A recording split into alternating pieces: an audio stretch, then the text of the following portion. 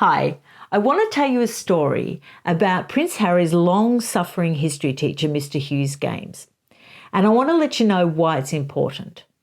I read the book a second time, not because I love to suffer, but because there was something about it that annoyed me. I'm not talking about the little details or, things that have been covered about it being contradictory or whatever. It wasn't that. There was something overall that didn't sit with me and I couldn't put my finger on it. And when I read this little story about Mr. Hughes Games, I got it. That's when I got it. And I'm going to share it with you and you tell me what you think. So like I said, Mr. Hughes Games was Prince Harry's long-suffering history teacher. Now, that's unremarkable because what 13-year-old boy likes history? Come on, they want to be outside and playing football. So I can't have a go at Prince Harry for not being interested in history. That would be ridiculous. But poor Mr. Hughes Games was excited to have whales in his class, as you could imagine, because when you live and breathe this stuff, here's a part of the lineage that you've taught about. So I imagine it would be professionally very exciting. So the frustration grew from poor Mr. Hughes Games because he would say to Harry, sort of exasperated, "This is, your blood relatives. Does it mean nothing to you?" And Prince Harry looked at him and said, "Less than nothing, sir." And I could just imagine what a gut punch that would have been to Mr. Hughes Games. I mean, you could just hear history teachers reading this book would have their hearts shattering into a million pieces, I would imagine, all over the UK. But anyway, the next bit was the bit that proved a revelation to me. And his frustration spilling over on another day, he did the wrong thing. He singled out Prince Harry in the class and embarrassed him. And so that's something a teacher should never do. But this is what happened. He said, "This is your family, doesn't mean nothing to you." I'm paraphrasing. And Harry's thoughts supposedly at that point were, he used the loaded word family, a family who'd already decided that I was a nullity and a spare. And that was when I got it. And it's not because that statement is so ridiculous, because what 13-year-old boy would think that way? Come on, nullity? Really? My 13-year-old boys didn't know what nullity was at 13. But take away that ridiculousness and then you're left with something else. And it's this.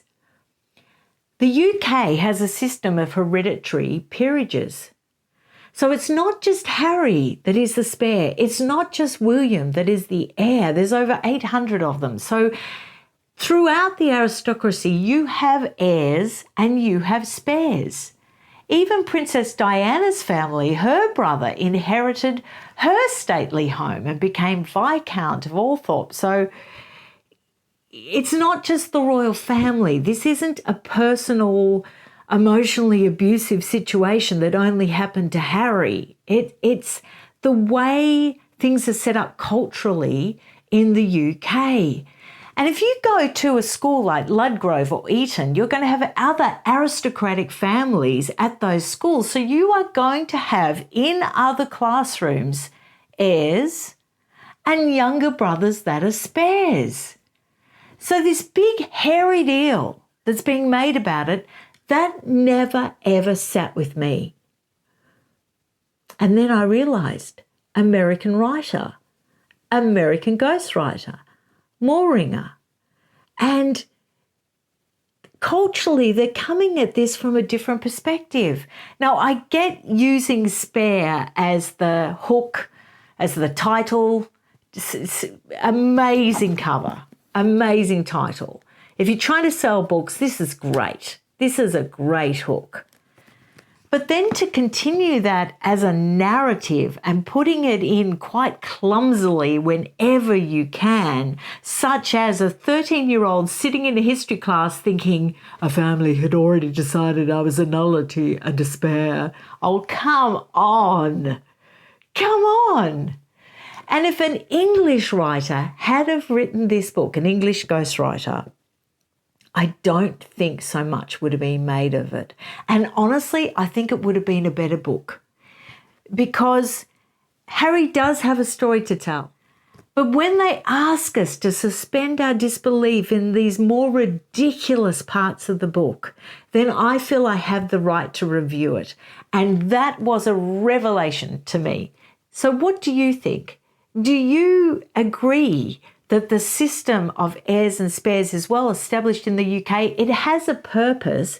It's to preserve their stately homes, preserve their lands, preserve titles, preserve history. And that's the purpose of it. Because if you equally distribute an estate to everybody, well, we all know it just has to be all sold off.